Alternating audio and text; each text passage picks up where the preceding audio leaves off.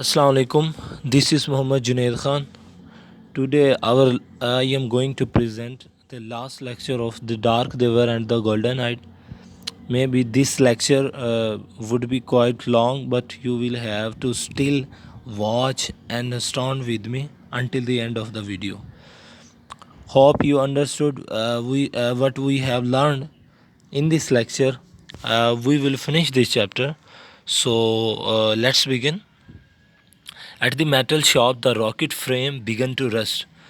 धात की दुकान में रॉकेट का जो वो ढांचा उनका पड़ा था उसको जंग लगना शुरू हो गया। रस्ट का मतलब होता है जंग लग जाना, ठीक है, डिके हो जाना, डिक्लाइन, कोई चीज़ ख़राब हो जाना। In the quite autumn, quite का मतलब होता है पुरस्कून, और ऑटम मौसम ख़ज़ा। इस खामोश ख़ज़ा में मिस्टर बिटरिंग स्टूड खड़ा था, वेरी डार्क नाउ, जो कि बहुत ज़्यादा स्याह हो चुका था, एंड गोल्डन आइड, और बहुत ज़्यादा उसकी आंखें सुनहरी थी। Upon the slope above his hill looking at the valley. Upon का मतलब होता है एक ढलवान पर खड़ा था जो बहुत ज़्यादा स्याह नज़र आ रहा था, उसकी आंखें येलो थी। वैली के ऊपर, लुकिंग एट द वैली, ढलवान के ऊपर खड़ा हुआ किसकी तरफ देख रहा था? वैली की तरफ देख रहा था। It's time to go back said Kora, Kora ने कहा ये वापस जाने का टाइम है। यस मिस्टर बिटरिंग ने कहा yes but we are not going, लेकिन हम नहीं जा रहे। ही सैड क्वाइटली, उसने बड़े इत्मीनान से कहा। There is nothing any more, अब वहाँ हमारे लिए कुछ भी नहीं है। यूअर बुक्स, शी सैड, उसने कहा तुम्हारी किताबें। यूअर फाइन क्लॉथ्स, तुम्हारे कपड़े। The town empty, no one going back, उसने कहा जो अब शहर था ना वो बिल्कुल खाली है, कोई भी वापस नहीं जा रहा। He said there is no reason to none at all, अब वापस जाने की कोई वजह नहीं, अब वापस जाने की कोई वजह नहीं, बिल्कुल कोई वजह नहीं। द डॉटर वोव टेप्स्ट्रीज, टेप्स्ट्रीज का मतलब होता है, वोव का मतलब होता है बुनना, और टेप्स्ट्री दरिया वगैरह। And the sons played song on the ancient flute, flutes का मतलब होता है बांसुरियाँ, एंड पाइप्स का मतलब होता है नालियाँ। और जो उनके बेटे थे ना वो कोई उन बांसुरियाँ बजा रहे थे कुछ पुराने पाइप्स की तरह। Their laughter echoing in the marble valley, और जो उनका हंसने का, उनका जो लाफ्टर, उनके जो कहके थे, वो इकोइंग का मतलब होता है शोर मचाना, वो गूंज रहे थे एक मार्बल वैलीज के अंदर। Mister Bittering gaze at the earth settlement, gaze का मतलब होता है लुक, ग्लेयर। मिस्टर बिटरिंग ने ना घूर कर देखा अर्थ सेटलमेंट, सेटलमेंट का मतलब होता है बस्तियाँ या होम या apartment. Far away in the low valley, उसने नीचे की तरफ है ना जहाँ उन्होंने वैली वालों ने घर बनाए हुए थे उनकी तरफ देखा। वो मरीख से देख रहा है। सच ओड, कितने अजीब लोग थे। ओड का मतलब होता है स्ट्रेंज। सच रिडिकुलस, रिडिकुलस मुज़क्का खेज, funny, foolish. House the earth people build, वो कहता कितने मुज़क्का खेज और कितने बेवकूफ़ अजीब गरीब लोग थे ज़मीन वाले जिन्होंने घर बनाए। They did not any better, his wife muse, उसकी वाइफ ने कहा कि वो इससे ज़्यादा बेहतर नहीं जानते थे। सच अगली पीपल, कितने भद्दे लोग थे। अगली पीपल, भद्दे लोग, अगली का मतलब disgusting. Hideous, HIDEOUS, hideous. I am glad they have gone, मैं खुश हूँ कि वो जा चुके हैं। They both looked at each other, उन दोनों ने एक दूसरे की तरफ देखा। Started by all they had just finishing saying, जैसे ही उनकी यानी बातें वगैरह ख़त्म हुई तो उन दोनों ने एक दूसरे की तरफ देखा। दे लाफ्ड, और फिर वो दोनों हंसने लग गए। वेयर डिड दे गो, वो कहाँ गए हैं। ही वंडर्ड, वर्डर्ड का मतलब होता है परेशान होना, हैरान होना, ठीक है, पॉन्डर एंड पजल में होना। उसने कहा वो कहाँ गए, कहाँ गए यानी अपने बच्चों के बारे में पूछ रहा है। He glance at his wife, glance का मतलब होता है नज़ारा, ग्लिम्स, GLIMPS, ग्लिम्स, लुक। उसने अपनी वाइफ की तरफ नज़र दौड़ाई। She was golden and slender, golden का मतलब होता है कि वो बहुत ज़्यादा सुनहरी हो चुकी थी, स्लेंडर वीक हो चुकी थी, WEAK, वीक, कमज़ोर हो चुकी थी। लाइक हिज डॉटर, अपनी बेटी की तरह। शी लुकड एट हिम, और कोरा ने उसकी तरफ देखा। And he seems almost as young as their eldest son, और वो इस तरह लग रहा था जैसे कि उनका बड़ा बेटा होता है। यानी मिस्टर बिटरिंग ने अपनी वाइफ कोरा की तरफ देखा, वो उसकी बेटी की तरह लग रही थी, और कोरा ने अपने हस्बैंड की तरफ देखा, वो अपने बेटे की तरह लग रही थी। I don't know, she said, उसने कहा मैं नहीं जानती। Well, go back to the town maybe the next year on the or the year next after. वो कहता हो सकता है कि अब हम अगले साल टाउन में जाएं, या उससे भी अगले साल जाएं, और द ईयर आफ्टर दैट, और उससे भी अगले साल जाएं। ही सैड कामली, कामली का मतलब होता है पीसफुली, आराम से। उसने कहा नाउ आई एम वार्म, अब मुझे गर्मी लग रही है। How about taking a swim, तैराकी के बारे में तुम्हारा क्या ख्याल है। देखो I am warm, I am warm वैसे अगर देखा जाए तो इसको कहते हैं कि हम कि भाई मैं गर्म हूँ, लेकिन यहाँ पे क्योंकि नेटिव नेटिव लोग हैं तो इंग्लिश इन्होंने बोली, तो आई एम वार्म, ठीक है, कि मुझे गर्मी लग रही है।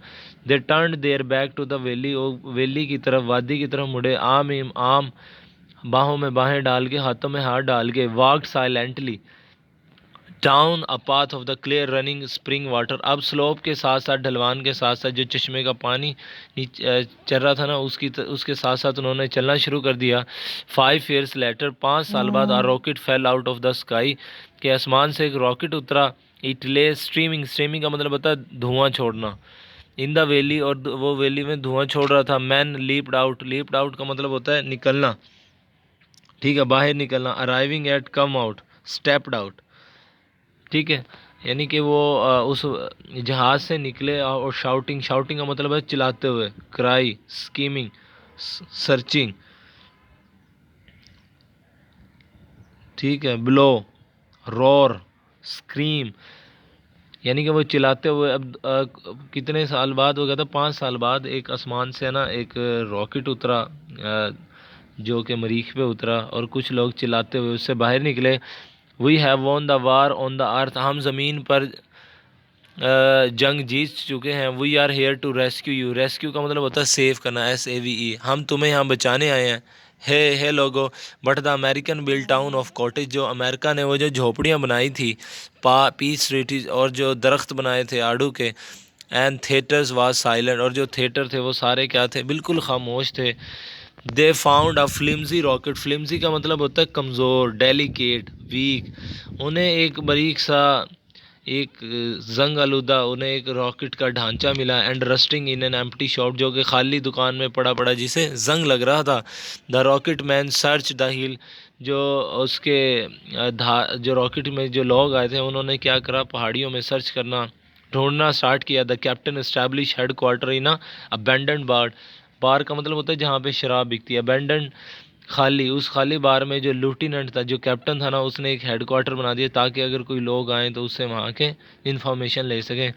His lieutenant came back to the report, और उसका जो लेफ्टिनेंट था, इंग्लिश में इसको पढ़ते हैं लूटिनेंट और उर्दू में लेफ्टिनेंट, उसका जो लूटिनेंट था वो आया और उसे रिपोर्ट दी। The town empty but we found the native people in the hills, sir, वो कहता है कि सर हमें जो टाउन है ना, बस्ती है, वो बिल्कुल खाली है, लेकिन हमें कुछ लोग मिले हैं। नेटिव का मतलब होता है रिहायशी, लोकल, जैसे हम खानेवाल में रहते हैं तो हम खानेवाल के लोकल हैं, अगर हम मुल्तान में जाएं तो हम वहाँ के लोकल नहीं होंगे, ठीक है। इन द हिल्स, हमें पहाड़ियों में यहाँ के कुछ इलाकाई लोग मिले हैं। डार्क पीपल, वो स्याह हैं। येलो आइज़, उनकी सुनहरी आंखें हैं। द मार्टन्स, वो अहले मरीख हैं। वेरी फ्रेंडली, फ्रेंडली का मतलब दोस्ताना। एमिकेबली, लवली, वो बड़े दोस्ताना हैं। We talked a bit not much, हमने उनसे बात की लेकिन इतनी ज़्यादा नहीं की। दे लर्नड इंग्लिश फास्ट, वो इंग्लिश बड़ी तेज़ी से सीखते हैं। I am sure our relation will be most friendly with them, sir मेरा ख्याल है कि जो हमारे उनके साथ ताल्लुकात हैं ना, वो बहुत दोस्ताना होंगे। डार्क हैं, स्याह। म्यूज़ द कैप्टन, म्यूज़ का मतलब होता है कि पूछना और सोचते हुए, कंटम्पलेट यानी सोचते हुए। उसने पूछा हैं डार्क पीपल 6, उसने कहा हाउ मैनी, कितनी तादाद है। 600-800। I had I I would say मैं कहूँगा, living in those marble रूइन in the hills, sir, वो कहता है कि 600 से 800 लोग हो सकते हैं, और मैं ये कहूँगा कि जो लोग इस मार्बल हिल्स में रह रहे हैं, इन खंडरात में, रूइंस खंडरात में जो रह रहे हैं, सर, टॉल, वो बड़े लंबे हैं। हेल्दी, बहुत सेहतमंद हैं। ब्यूटीफुल वुमेन, और उनकी जो औरतें हैं वो बड़ी खूबसूरत हैं। Did they tell you what become of the man and women who build this earth settlement lieutenant. अब कैप्टन पूछता है लेफ्टिनेंट ये बताओ, क्या उन्होंने तुम्हें बताया कि वो उन लोगों के बारे में कुछ जानते हैं जिन्होंने ये आबादियाँ वगैरह बनाई थी, यानी कि उन लोगों के बारे में। अब वो तो सयाह हो चुके हैं, उनकी आंखें भी वैसी हो चुकी हैं, वो लगता ही नहीं है कि वो ज़मीन से आए थे, और उनकी फिज़ीक भी चेंज हो चुकी है। जैसे कि कोरा अपनी बेटी की तरह लग रही है, और जो मिस्टर बिटरिंग था वो किस तरह लग रहा है, अपने बड़े बेटे की तरह। तो इसीलिए कोई नहीं पहचान सका। They hadn't the foggiest notion of what happened to this town और इट्स पीपल। वो हैरान कुन हद तक पुरसकून, सॉरी सॉरी सॉरी सॉरी ये कहता है they hadn't the foggiest notion, इन्हें मामूली सा भी अंदाज़ा नहीं है। foggiest का मतलब है मामूली सा, नोशन अंदाज़ा, gesture of what happen to this town of its people. Okay, इस बस्ती के लोगों के साथ क्या हुआ, और लोगों के साथ क्या हुआ। स्ट्रेंज का मतलब होता है अजीब, O double D odd. You think those Martians killed them, तुम्हारा क्या ख्याल है इन मरीखियों ने उन्हें कत्ल कर दिया है। They looked surprisingly peaceful, surprisingly हैरान कुन हद तक, ठीक है, अमेजिंगली वो हैरान कुन हद तक बड़े पुरसकून नज़र आ रहे थे। Chances are a plague did this town in sir, हो सकता है प्लेग होता है कोई बीमारी जो पूरे एरिया में फैल जाती है, जैसे कोरोना। कहता है कि इस चीज़ के इम्कान है कि कोई ताउन की बीमारी आई हो जिसने उन्हें सबको ख़त्म कर दिया है, परहैप्स, शायद। I suppose this is one of these mysteries we will never solve. Mysteries का मतलब होता है एनिग्मा, पज़ल। वो कहता है कि ये इस तरह का एक मुअम्मा है जिसे हम आज तक हम कभी हल नहीं कर पाएंगे। One of those mystery you read about, ये उन एक राज मुअम्मा में से हैं जिसके बारे में तुमने पढ़ा था। Today our chapter has been finish, chapter हमारा ख़त्म हो चुका है, हमने पढ़ा था। इसका थोड़ा सा मैं सम अप करता हूँ कि ज़मीन पर जंग छिड़ने वाली है, और अमेरिका के लोगों ने फ्यूचर की प्लानिंग करने के लिए कुछ लोगों को मरीख पर भेज दिया। लेकिन वो जब वहाँ पे जाते हैं, शुरू में उन्हें बड़ी मुश्किलात होती है वहाँ जाने पे, वो एडजस्ट नहीं हो पाते। वहाँ पे मौसम चेंज है, उन्होंने उसकी आइडेंटिटी, उनकी शिनाख्त वगैरह चेंज कर दी है। लेकिन with the passage of time क्या होता है कि वो लोग with the passage of time उसमें वो मिल जाते हैं आपस में सारे, वहाँ पे वो रहने लग जाते हैं। पहले मिस्टर बिटरिंग कहता है कि हमने रॉकेट बनाना है ज़मीन पर वापस जाने के लिए। फिर वो कहता है कि कौन कौन लोग मेरी हेल्प करेंगे।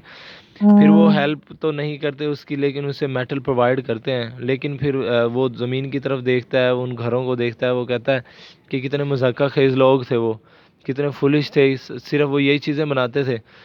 उसके बाद वो क्या करता है, उसके बाद ये होता है कि फिर 5 साल बाद एक ज़मीन से एक रॉकेट आता है, जो कि उस पर मरीख पर उतरता है। वो लोग उन्हें ढूंढते हैं कि हम ज़मीन पर जो है ना जंग वगैरह जीत चुके हैं, लेकिन अब कोई फ़ायदा नहीं है क्योंकि उनकी आइडेंटिटीज़ वगैरह चेंज हो चुकी हैं, और अब उन्होंने डिसाइड कर लिया कि वो यहाँ पे ही रहेंगे। That's all today lecture. If you have any ambiguity, any problem, you can ask me personally. कोई भी इस चैप्टर से रिलेटेड कोई इशू है, कोई किसी को समझ नहीं आया, तो वो मुझसे पर्सनली व्हाट्सएप पे पूछ सकता है। आज के लिए अल्लाह हाफिज़।